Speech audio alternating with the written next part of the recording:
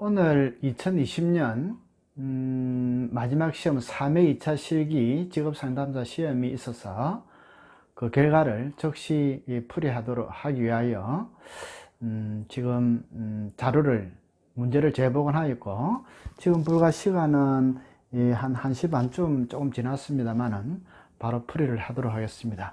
여러분이 문제를 보시고 여러분 점수가 60점이 넘어가는지 당락을 한번 가름해 보시는데 도움이 있으시길 바랍니다. 네, 바로 풀이 가겠습니다.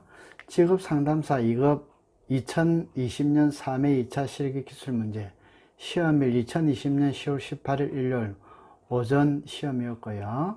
1번 앨리스의 ABCDE 모델을 설명하시오. 6점짜리로 나왔습니다. 이거는 2020년 2회에서 나왔던 문제인데 그대로 동일 문제로 하여 새로 또 나왔습니다. 이런 경우가 잘 없는데 올해 이런 문제가 세 문제나 그렇게 걸렸네요. A, B, C, D 6점이라서 아마 A, B, C, D, E, F까지 써줘야 되지 않을까 싶습니다. A, 액티베이팅 이벤트 선행사건, 내담자가 노출되었던 선행사건으로서 예를 들면 정리해고 실증력. B, 신념, 선행사건에 대한 내담자의 신념체계, 비합리적 신념 무능. C, 컨스퀀서, B는 빌리프 컨스퀀서, 비합리적 신념을 나타내는 결과, 패배주의, 좌절불안, 실적에 의하여 비합리적 신념 무능으로 노정하면 패배주의, 좌절불안이 오겠죠. D, 디스퓨트 논박, 비합리적 신념체계에 대한 논박으로서 실적은 무능 아님, 전화위복의 기회가 될 수 있음. 가정경제를 왜 남편 혼자 책임진단 말인가? 사람은 일생 동안 3-4번의 직업을 가질 수 있다는데 이 효가 합리적 신념으로 변화, 논박을 통한 합리적 신념의 변화지요. 그럴 수 있겠다. 한 번 실증은 충분히 있을 수 있는 일이다 라고 하여 새로운 일의 시작을 하는 거야. F, 새로운 감정으로서 필링, 이펙트, 필링, 합리적 신념에서 비롯된 새로운 감정입니다. 6점짜리로서 앞 차수에서 나와가지고 그대로 연결된 문제 중에 하나가 이 문제입니다. 다음 2번 문제 한번 가보지요. 예, 이번 문제는 6가지 직업적 유형을 설명하시오. 6점으로 나왔습니다. 현실형, 탐구형, 예술형, 사회형, 진취형, 간섭형요. 글씨 보이나요? Realistic, Investigative, Artistic, Social, Enterprising, Conventional 하여 여러분 잘 아시죠? 잘 쓰면 6점, 아마 부분 점수 나올 것 같아요. 6개 중에 현탐례, 사진관 중에 특히 부족한 부분, 현실형은 사회적 기술이 부족하다. 탐구형은 리더십이 부족하다. 예술형은 규범이나 질서체계 이런 것이 부족하고 정서적 장애자가 많다. 사회형은 헌신적인 기계적 능력이 부족하다. 사회형의 반대는 현실형이죠. 대각선으로 보면 농부, 목수, 경찰관, 소방관 이런 거 관계되는데 그러한 기계적 능력이 부족하다. 부족한 것은 사회형은 대각선에 있는 현실형이 되겠죠. 진취형은 부족한 것이 뭐예요? 과학적 능력이 부족하다. 관섭형은 부족한 것이 좀 보수적인 성향이나 상상력, 창의력 이런 것이 부족하다라고 하여 홀랜드 문제 6점짜리로 나왔습니다. 예, 3번 문제 가겠습니다. 초기 면담 시 상담자가 유의해야 할 사항 4가지요. 4점으로 나왔네요. 1번 내담자의 초기 목표를 명확히 하기. 2번 내담자에게 직업 상담에 대한 기대를 결정하기. 3번 비밀 유지에 대하여 이야기하기. 4번 면담 시작 전에 가능한 모든 사례를 미리 검토하게 하여 4점으로 나왔고 부분 점수 있을 것 같습니다. 예, 4번 문제 아래 내용을 참조하여 기업의 한계 노동 비용과 이용 극대화 이루어질 노동 공급 등을 구하시오. 5단위, 6단위, 7단위, 8단위, 9단위, 10단위고요. 이게 또 이미 나온 겁니다. 그래서 문제에 바로 가면 지금 문제는 한계 노동 비용과 이용 극대화 2가지를 묻고 있죠. 그죠? 3점, 3점, 6점으로 나온 것 같는데 근데 요 임금을 여러분 뭐로 되어 있었나요? 여기 총 임금이라든지 이 단가로 보느냐에 따라 달라집니다. 먼저 케이스 1 경우는 총임금으로, 요거를 총임금으로 보게 되면 총임금이 6, 8, 10 이래 간다는 거죠. 그러니까 노동의 7단위일 때, 요 7단위일 때 한계 노동 비용은 공식은 노동 단위 증가분 7 빼기 6이고요. 7 빼기 6이고 그 다음에 총 노동 단위 증가분은 10 빼기 8이기 때문에 2단위고요. 이윤극대가 이루어진 시점은 한계 수익과 한계 비용이 같아지는 시점. 이것도 임금 2가 늘어났고 이것도 수입 2가 늘어났기 때문에 10단위 보는 경우예요. 그래서 10단위고 임금은 16으로 하여 요 한계 비용과 한계 수입이 같아지는 시점 10단위고 16으로 답할 것이냐, 아니면 두 번째 케이스로서 두 번째 경우의 답은 그 밑에 건데요. 임금을 단가로 봤다는 거죠. 이걸 단가로 보게 되면 단가니까 5명일 때는 30, 6명일 때는 48, 7명일 때는 78, 8명이든 8 곱하기 12 하면 96, 9단위일 때는 14 임금이 단가로 1인당 임금이 나온 거죠. 그죠? 그러니까 120이 나오고 14 곱하기 9 하면 126, 그 다음에 10단위 있다 16 하면 160 나오는 거죠. 이거를 단가라든지 1인당 임금으로 봤을 경우에는 총 임금이 1이 나온다는 거죠. 요거 70이고 48이니까 70에서 48을 빼면 이거는 22예요. 이윤극대 시점은 요게 8단위일 때 한계 수입도 26이기 때문에 8단위가 답이 되고 이때 지급된 임금은 12가 될 수도 있어요. 그래서 요거를 총 임금으로 보느냐, 토탈 임금으로 보느냐, 요거를 개인별 평균 임금으로 보느냐에 따라 답은 달라지기 때문에 요리 써도 되고 요리 써도 되는데 두 개 중에 하나로 하면 답이 될 것 같습니다. 다음 문제는요, 5번요. 임금 하반 경직성의 의미에 영향을 주는 것을 쓰시오. 총 6점으로 나왔고요. 6점요. 영향을 주는 것은 이 의미는 일정한 임금 이하로는 노동을 공급하지 않으려 하고 한번 올라간 것은 어떠한 경제 여건의 변화에도 불구하고 떨어지지 않으려고 하는 그 경향을 임금 하반 경직성이라고 하며, 영향을 미치는 요인은 첫째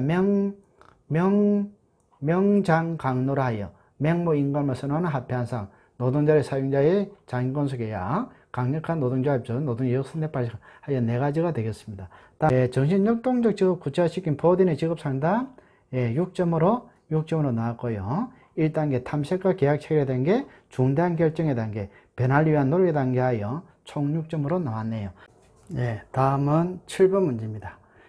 검사, 재검사에서 신뢰도에 영향을 미치는 요인 4가지를 서시하여 6점으로 나왔습니다.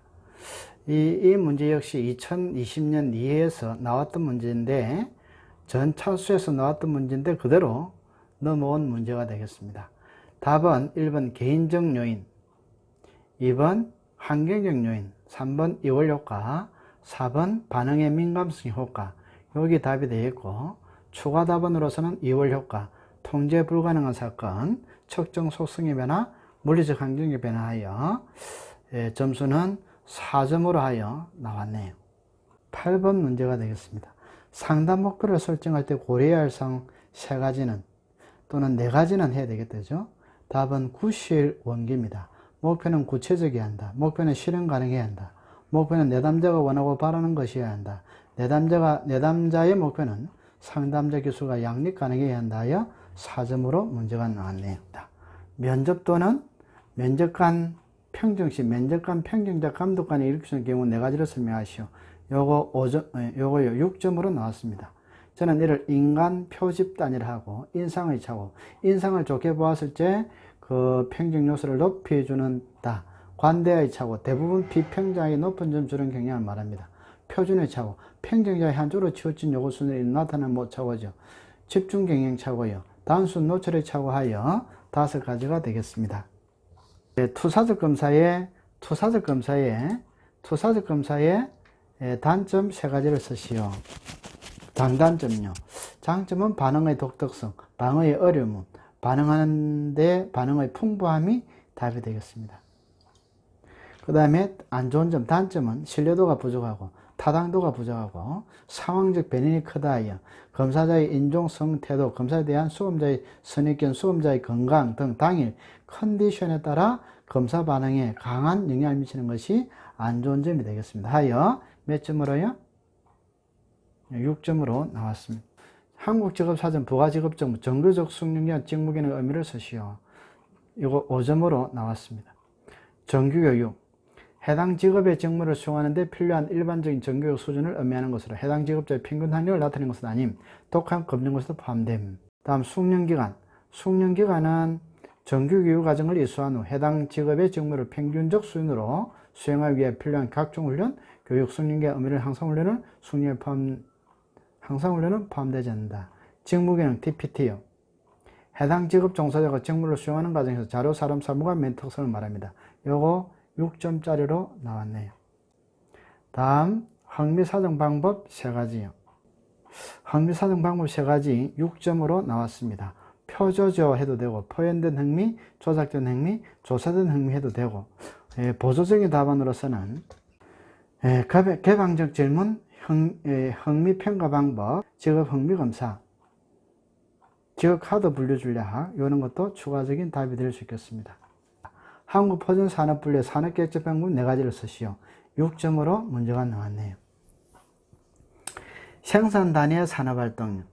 생산단위가 수행하는 주된 산업활동 종류에 따라 결정됩니다. 주된 산업활동은 산출물의 부가가치의 크기에 따라 결정되어야 하나, 부가가치 측정이 어려운 경우는 산출액에 따라 결정합니다. 상기원칙에 따라 결정이 어려운 경우는 땡땡, 그에 해당 활동의 종업원수, 노동시간, 임금, 급여, 설비에 따라 결정됩니다. 계절에 따라 정규산업 달리하는 경우에 사업체는 조사 시점에서 격리하는 사업관계, 조사 대상기간 중 산출액이 많았던 활동에 따라 분류됩니다. 휴업중 또는 자산을 청산 중인 사업체는 휴업, 영업 또는 청산을 시작 전에 산업활동이 결정됩니다. 다음 14번 문제예요. 한국포준 직업분류의 포괄적 업무 개념과 분류원칙 3가지를 설명해서 총 9점으로 2020년 2회 동일 문제로 2회에 놓고 바로 3회에 놓은 거죠. 과연 2회에 놓고 바로 3회에 놓은 것이 이 3가지가 되겠습니다. 개념은 한 명 유사한 일, 2가지 이상 종사하는 자이고, 답은 주체성입니다. 주된 직무 우선의 원칙, 최상급 직능 우선의 원칙, 생산업무 우선의 원칙 하여 요 3가지 키워드 들어가야 되고, 안에 얘까지, 얘는 의과대학 교수 이야기가 나와야 되고, 상관성이 가장 많은 항목, 요 키워드 들어야 됩니다. 최상급 직능 수준의 우선의 원칙은 상이한 수준의 훈련과 경험, 이 말에 넣어야 되고, 이때는 가장 높은 수준의 직능으로 하는 일에 분류하면 됩니다. 얘는 조리와 배달의 경우에는 조리사가 직능이 높은 것으로 봐 조리로 분류하죠. 생산업무 우선의 원칙은 재화의 생산과 공급이 같이 이루어지는 경우 말이 나와야 되고, 예를 든다면 빵을 만들기도 하고 공급도 했다면 제빵원이냐 판매원을 할 경우에는 생산업무 우선 원칙에 따라서 제빵원으로 분류해야 된다. 이렇게 답을 해야 됩니다. 다음 15번요. 스트롱 직업흥미검사의 하위척도 3가지 6점으로 나왔네요. 이 하위척도는 일반 직업분류 GOT, 홀랜드 직업선택이론이 반영된 6가지 유형으로 나타나주며 피검사자의 흥미에 관한 포괄적 일반적인 직업흥미를 제공하죠. 기본 흥미척도는 BIS, 개인의 특정 활동과 직업이 주제된 25개 세부 척도, 이를테면 농업, 자연, 군사활동, 수학과학, 의학 등 특정 흥미에 대한 관심을 보여주죠. GOT가 내용 범위 일반적으로 더 넓고 다양한 반면 여기 나오는 BIS는 세부적인 직업 흥미, 즉 25개의 세부적인 직업 흥미 분야에 더 집중되어 있죠. 개인 특성 척도는 PSS, 일상생활, 일의 생활의 특성을 가장 선호하고 가장 편안해하고 느끼는 그런 것을 알아보는데, 여기의 하위 척도는 1급에서 나온 거죠. 업학 리몰하여 업무 유행, 학습 유행, 리더십 유행, 모험심 유행하여 6점으로 나왔습니다. 다음 16번 문제를 가봅니다. 16번 문제가 되겠습니다.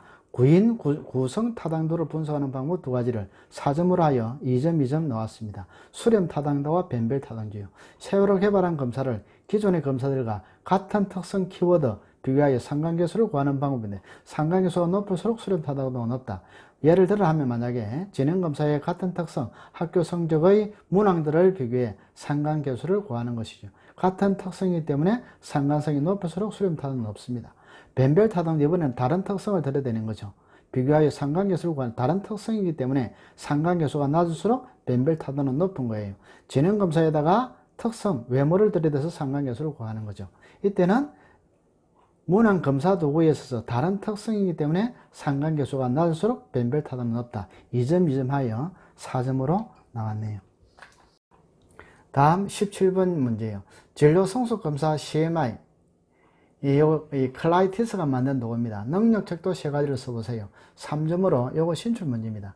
이때까지 태도척도 문제는 나와도 능력척도는 1차에만 언급이 있었지 2급, 2차에서는 한 번도 안 나왔는데 이번에 5개 중에 3개 설화가 3점으로 나왔습니다. 답은 문제 해결 능력, 직업정보, 목표 선정, 자기평가, 계획, 5개 중에 3개 쓰면 3점, 2개 쓰면 2점, 하나 쓰면 1점이 되겠죠. 다음 마지막 문제 18번. 직무분석의 목적을 4가지로 쓰시오. 6점으로 나왔네요. 직무분석은 인사관리, 노무관리를 원활히 수행해 나가기 위해 필요한 정보 획득이 가능하다. 모집 채용, OT에 이동 등의 자료를 활용되고, 직무평가 및 직무수행평가의 기초자료 제공, 조직 합리화, 교육 및 훈련, 정원관리, 산업안전관리, 자가작권 개선에 이용이 됩니다. 직무급 산정 기초자료 활용됩니다. 여러분 수고하셨습니다. 이번에 시험 친 걸 조금 분석해 보면요.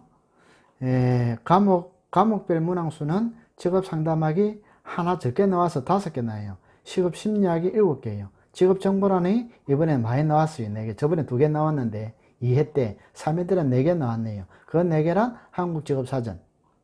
한국직업사전의 정교육, 숙련기간, 직무기능력, 직무분석의 목적력, 포괄적 업무 종사자요, 산업의 결정 방법 하여 4가지요.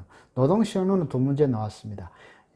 한계비용 계산하는 문제와 임금 하반 경직성에 대하여 나와서 5, 7, 4, 2 하여 총 18문항 나왔고요. 신출 및 기출문제로서는 신출에서 1문제 나왔고, 그 다음에 기출문제 17문항 하여 총 18개인데 한계비용 계산 문제가 들어갔고, 계산 문제는 하나 나왔네요. 그죠?